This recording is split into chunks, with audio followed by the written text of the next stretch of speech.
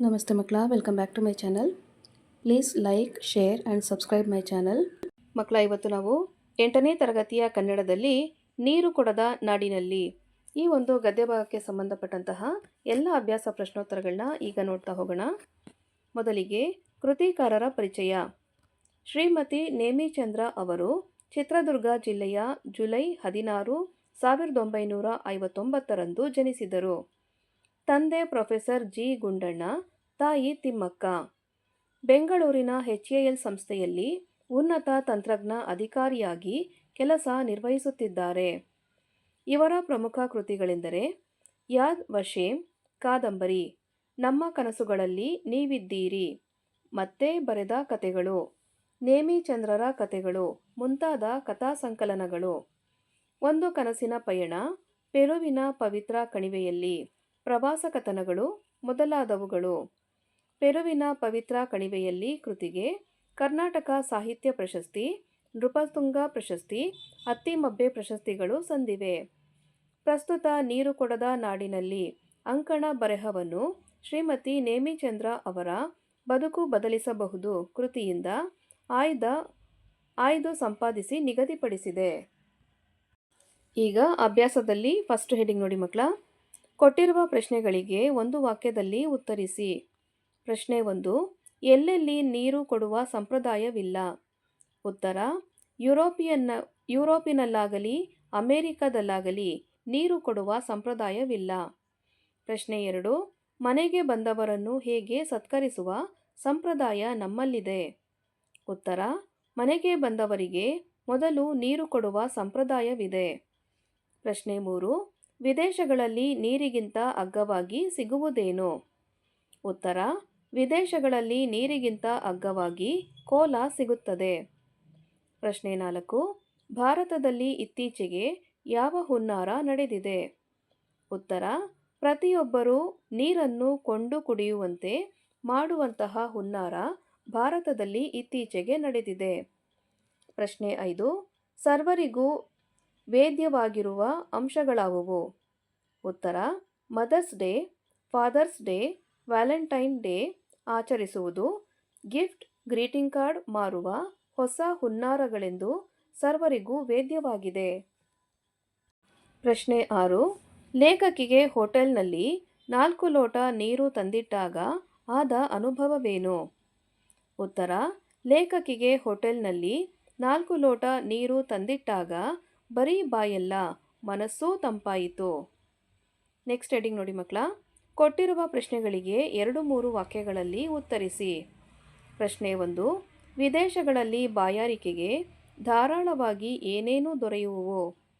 ಉತ್ತರ: ಬಾಯಾರಿಕೆಗೆ ಕೋಲಾಗಳು, French wine, beer, ಬಾಟಲಿಯಲ್ಲಿನ ಹಣ್ಣಿನ ರಸ ಧಾರಾಳವಾಗಿ ದೊರೆಯುತ್ತವೆ. ಆದರೆ ಕುಡಿಯಲು ನೀರು ಸಿಗುವುದಿಲ್ಲ. ಪ್ರಶ್ನೆ 2, ಗುರುದ್ವಾರಗಳ ಬಳಿ ಸ್ವಯಂ ಸೇವಕರು ಏನು ಮಾಡುತ್ತಿದ್ದರು? ಉತ್ತರ: ಗುರುದ್ವಾರಗಳ ಬಳಿ ಸ್ವಯಂ ಸೇವಕರು ನೀರಿನ ದೊಡ್ಡ ಕೊಳಾಯಿ ಹಿಡಿದು ನಿಲ್ಲಿಸಿದ ಆಟೋ, ಬಸ್ಸು ಮತ್ತು ದಾರಿಹೋಕರಿಗೆಲ್ಲ ಕುಡಿಯಲು ನೀರು ತುಂಬಿ ತುಂಬಿ ಕೊಡುತ್ತಿದ್ದರು. ಪ್ರಶ್ನೆ 3, ಕೋಲಾಗಳ ಆಸೆಯಿಂದ ನಾವು ಏನೆಲ್ಲವನ್ನು ತೊರೆಯುತ್ತಿದ್ದೇವೆ? ಉತ್ತರ: ಕೋಲಾಗಳ ಆಸೆಯಿಂದ ನಾವು ಎಳನೀರು, ಮಜ್ಜಿಗೆ, ಪಾನಕ, ಕಬ್ಬಿನ ಹಾಲು, ತಾಜಾ ಹಣ್ಣಿನ ರಸ ಎಲ್ಲವನ್ನು ತೊರೆಯುತ್ತಿದ್ದೇವೆ. ಪ್ರಶ್ನೆ 4, ನಾಗರಿಕತೆಯ ದೊಡ್ಡ ಅನಾಹುತಗಳಾಗಿ ಕಾಣಿಸಿಕೊಳ್ಳುತ್ತಿರುವ ಆಚರಣೆಗಳಾವುವು? ಉತ್ತರ: Mother's Day, Father's Day, Valentine Day ಆಚರಿಸುವುದು ದೊಡ್ಡ ಅನಾಹುತಗಳಾಗಿ ಕಾಣಿಸಿಕೊಳ್ಳುತ್ತಿವೆ. ಈ ಹೊಸ ಹೊಸ ದಿನಗಳೆಲ್ಲ ಉಕ್ಕಿದ ಪ್ರೀತಿಯ ದ್ಯೋತಕವಲ್ಲ, ಗಿಫ್ಟ್, ಗ್ರೀಟಿಂಗ್ ಕಾರ್ಡ್ ಮಾರುವ ಹೊಸ ಹುನ್ನಾರಗಳೆಂಬುದು ಎಲ್ಲರಿಗೂ ತಿಳಿದಿದೆ. ಪ್ರಶ್ನೆ 5, ಜನಪ್ರಿಯ ಹೋಟೆಲಿನ ಮಾಲೀಕನಿಗೆ ತಂಪು ಪಾನೀಯ ಕಂಪನಿ ಹೇಳಿದ್ದೇನು? ಉತ್ತರ: ತಂಪು ಪಾನೀಯದ ಕಂಪನಿಯೊಂದು ಜನಪ್ರಿಯ ಹೋಟೆಲಿನ ಮಾಲೀಕರೊಬ್ಬರನ್ನು ಸಂಪರ್ಕಿಸಿ, ನೀವು ಗ್ರಾಹಕರಿಗೆ ಬಂದೊಡನೆ ನೀರು ಕೊಡುವುದನ್ನು ನಿಲ್ಲಿಸಿದರೆ ಇಷ್ಟು ಹಣ ಕೊಡುವುದಾಗಿ ಹೇಳಿತ್ತು. ನೆಕ್ಸ್ಟ್ ಹೆಡಿಂಗ್ ನೋಡಿ ಮಕ್ಕಳ. ಕೊಟ್ಟಿರುವ ಪ್ರಶ್ನೆಗಳಿಗೆ 5-6 ವಾಕ್ಯಗಳಲ್ಲಿ ಉತ್ತರಿಸಿ. ಪ್ರಶ್ನೆ 1. ದುಡ್ಡಿಲ್ಲದೆ ಕುಡಿಯಬಲ್ಲ ನೀರು ಸಿಗುತ್ತಿದ್ದ ಕಾಲದ ಬಗ್ಗೆ ಲೇಖಕರ ಅಭಿಪ್ರಾಯವೇನು? ಉತ್ತರ: ನೀರು ಸಲೀಸಾಗಿ ಎಲ್ಲೆಂದರಲ್ಲಿ ಪುಕ್ಕಟ್ಟೆಯಾಗಿ ವಿದೇಶಗಳಲ್ಲಿ ಖಂಡಿತ ಸಿಗುವುದಿಲ್ಲ. ನಮ್ಮಲ್ಲಿಯಂತೆ ರೈಲು ನಿಲ್ದಾಣಗಳಲ್ಲಿ, ಬಸ್ಸು ನಿಲ್ದಾಣಗಳಲ್ಲಿ, ವಿಮಾನ ನಿಲ್ದಾಣಗಳಲ್ಲೂ ದುಡ್ಡಿಲ್ಲದೆ ಕುಡಿಯಬಲ್ಲ ನೀರನ್ನು ಇರಿಸುವುದಿಲ್ಲ. ಬಾಯಾರಿದಾಗ ಈಗಲೂ ಹೋಟೆಲ್ ಒಂದಕ್ಕೆ ಹೊಕ್ಕು ನೀರು ಮಾತ್ರ ಕುಡಿದು ಹೊರ ಬರಬಹುದಾದ ಸವಲತ್ತು ಇಲ್ಲಿಲ್ಲ. ಮನೆಯ ಹೊರಗೆ ಕಾಂಪೌಂಡ್ ಗೋಡೆಗೆ ಸಣ್ಣ ತೊಟ್ಟಿ ಕಟ್ಟಿ ದನ ಕರುಗಳು ಕುಡಿದು ಹೋಗಲಿ ಎಂದು ನೀರು ತುಂಬಿಡುತ್ತಿದ್ದ ಬಾಲ್ಯದ ದಿನಗಳು ನನಗಿನ್ನೂ ನೆನಪಿವೆ. ದಿಲ್ಲಿಯಲ್ಲೂ ಯಾರೋ ಪುಣ್ಯಾತ್ಮರು ದೊಡ್ಡ ಮಣ್ಣಿನ ಮಡಕೆಗಳಲ್ಲಿ ನೀರು ತುಂಬಿಟ್ಟಿರುತ್ತಿದ್ದರು. ಅನೇಕ ಗುರುದ್ವಾರಗಳ ಬಳಿ ಸ್ವಯಂ ಸೇವಕರು ನೀರಿನ ದೊಡ್ಡ ಕೊಳಾಯಿ ಹಿಡಿದು ನಿಲ್ಲಿಸಿದ ಆಟೋ, ಬಸ್ಸು ಮತ್ತು ದಾರಿಹೋಕರಿಗೆಲ್ಲ ನೀರು ತುಂಬಿ ತುಂಬಿ ಕುಡಿಸುತ್ತಿದ್ದರು ಎಂದು ದುಡ್ಡಿಲ್ಲದೆ ಕುಡಿಯಬಲ್ಲ ನೀರು ಸಿಗುತ್ತಿದ್ದ ಕಾಲದ ಬಗ್ಗೆ ಲೇಖಕರು ಅಭಿಪ್ರಾಯಪಟ್ಟಿದ್ದಾರೆ. ಪ್ರಶ್ನೆ 2. ಕಂಪನಿಗಳು ಅಪ್ಪಟ ಅಗತ್ಯದ ವಸ್ತುಗಳನ್ನು ಇವಿಲ್ಲದೆ ಬದುಕಿಲ್ಲ ಎಂಬಂತೆ ಹೇಗೆ ಬಿಂಬಿಸುತ್ತಿವೆ? ಉತ್ತರ: ನಮ್ಮ ಭಾರತೀಯ ಸಂಸ್ಕೃತಿಯ ಬುನಾದಿಯನ್ನು, ಜೀವನ ಶೈಲಿಯನ್ನು, ನಂಬಿಕೆಗಳನ್ನು, ಮೌಲ್ಯಗಳನ್ನು, ಸಂಸ್ಕೃತಿಯ ಬುನಾದಿಯನ್ನು ಅಲುಗಿಸುವ ಕೊಳ್ಳುಬಾಕತನ, ಅಗತ್ಯಗಳಲ್ಲಿ ನಡೆದು ಹೋಗುತ್ತಿದ್ದ ಬದುಕು ಇಂದು ಬೇಕುಗಳ ಬಲೆಗೆ ಬಿದ್ದಿದೆ. ಬೇಕುಗಳನ್ನು ಅಗತ್ಯಗಳಾಗಿ ಹಾಗೂ ಅತ್ಯಗತ್ಯಗಳಾಗಿ ಬಲು ಜಾಣತನದಿಂದ ಬದಲಿಸುವ ಜಾಹೀರಾತುಗಳು ಮತ್ತೆ ಮತ್ತೆ ಬಿತ್ತರಿಸುತ್ತವೆ. ಕಂಪನಿಗಳು ಆರಾಮ, ಐಷಾರಾಮದ, ಅಪ್ಪಟ ಅನಗತ್ಯದ ವಸ್ತುಗಳನ್ನು ಇವಿಲ್ಲದೆ ಬದುಕಿಲ್ಲ ಎಂಬಂತೆ ಬಿಂಬಿಸುತ್ತವೆ. ಡಿವೋಡರೆಂಟ್ ಹಾಕಿಕೊಳ್ಳದೇ ಇದ್ದರೆ ತಾನು ನಾತ ಬಡಿಯುತ್ತೇನೆ ಎಂಬಷ್ಟು ಕೀಳರಿಮೆಯನ್ನು ಕಂಪನಿಗಳು ಹುಟ್ಟಿಸಬಲ್ಲವು. ಕೊನೆಗೆ ಎಲ್ಲವೂ ನಮ್ಮನ್ನು ಕೊಳ್ಳುವಂತೆ ಪ್ರೇರೇಪಿಸುತ್ತವೆ. ಪ್ರಶ್ನೆ 3. ಲೇಖಕಿಗೆ ಬೆಂಗಳೂರಿನಲ್ಲಿ ನೀರು ಕೊಡದ ಸಂಸ್ಕೃತಿಯ ಬಗ್ಗೆ ಆದ ಅನುಭವವನ್ನು ಬರೆಯಿರಿ. ಉತ್ತರ: ಬೆಂಗಳೂರಿನ ಮಹಾತ್ಮ ಗಾಂಧಿ ರಸ್ತೆಯ ಬಾಂಬೆ ಬಜಾರ್ ಎದುರಿನ ಪುಟ್ಟ ಜಾಯಿಂಟ್ನಲ್ಲಿ ಲೇಖಕಿ ಮತ್ತು ಅವರ ಮಗಳು ಕುಳಿತಿದ್ದರು. ಅಲ್ಲಿ ನೀರು ತಂದಿಡಲಿಲ್ಲ. ಅವರು ಐಸ್ಕ್ರೀಂ ತಿಂದು ನೀರು ಬೇಕು ಎಂದು ಕೇಳಿದರು. ಅದಕ್ಕೆ ವೇಟರ್ ಮಿನರಲ್ ವಾಟರ್ ಬೇಕೇ ಎಂದು ಪ್ರಶ್ನಿಸಿದ. ಅದಕ್ಕೆ ಲೇಖಕಿಯವರು ಇಲ್ಲಪ್ಪ, ಸಾಮಾನ್ಯ ನೀರು ಎಂದರು.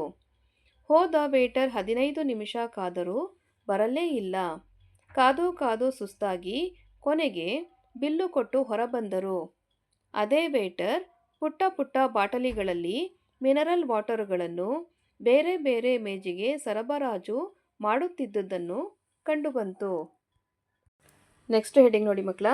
ಖಾಲಿ ಬಿಟ್ಟ ಜಾಗಗಳನ್ನು ಸೂಕ್ತ ಉತ್ತರಗಳಿಂದ ಭರ್ತಿ ಮಾಡಿರಿ.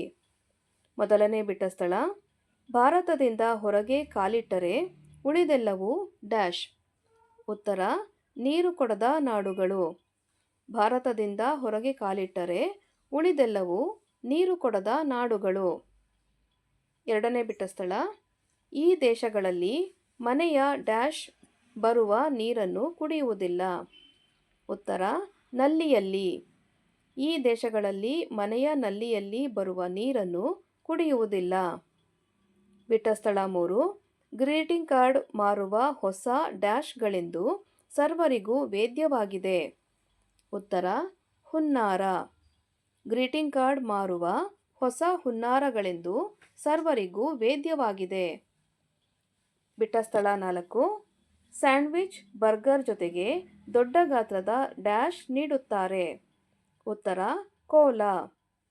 ಸ್ಯಾಂಡ್ವಿಚ್ ಬರ್ಗರ್ ಜೊತೆಗೆ ದೊಡ್ಡ ಗಾತ್ರದ ಕೋಲಾ ನೀಡುತ್ತಾರೆ. ನೆಕ್ಸ್ಟ್ ಹೆಡಿಂಗ್ ನೋಡಿ ಮಕ್ಕಳ. ಕೊಟ್ಟಿರುವ ಪದಗಳ ತದ್ಭವ ರೂಪವನ್ನು ಬರೆಯಿರಿ. ವರ್ಷ, ವರುಷ. ಇದಕ್ಕೆ ವರುಷ ಬರುತ್ತೆ ಮಕ್ಕಳ, ವರ್ಷ ಅಂತಾನೆ ಕೊಟ್ಟಿದ್ದಾರೆ. ಇದೊಂದು ಕರೆಕ್ಷನ್ ಮಾಡ್ಕೊಳ್ಳಿ. ವರ್ಷಗೆ ವರುಷ. ಪ್ರಾಣ, ಹರಣ. ಶಕ್ತಿ, ಸಕುತಿ. ಪುಣ್ಯ, ಹೂನ್ಯ. ಓಕೆನಾ ಮಕ್ಕಳ? ಇಲ್ಲಿಗೆ 8ನೇ ತರಗತಿಯ ಕನ್ನಡದಲ್ಲಿ ನೀರು ಕೊಡದ ನಾಡಿನಲ್ಲಿ ಈ ಒಂದು ಗದ್ಯ ಭಾಗಕ್ಕೆ ಸಂಬಂಧಪಟ್ಟಂತಹ ಎಲ್ಲ ಅಭ್ಯಾಸ ಪ್ರಶ್ನೋತ್ತರಗಳು ಮುಕ್ತಾಯಗೊಂಡಿದೆ. ಈ ವಿಡಿಯೋ ನಿಮ್ಗೆ ಇಷ್ಟ ಆದಲ್ಲಿ ದಯವಿಟ್ಟು ನಮ್ಮ ಚಾನಲ್ನ ಲೈಕ್ ಮಾಡಿ, ಶೇರ್ ಮಾಡಿ, ಸಬ್ಸ್ಕ್ರೈಬ್ ಮಾಡಿಕೊಂಡು ನಾವು ಹಾಕೋಂಥ ಎಲ್ಲ ವಿಡಿಯೋನ ನೋಡ್ತಾ ನಮ್ಮನ್ನು ಎನ್ಕರೇಜ್ ಮಾಡ್ತಾ ಹೋಗಿ ಮಕ್ಕಳ. Thank you for watching. Bye bye.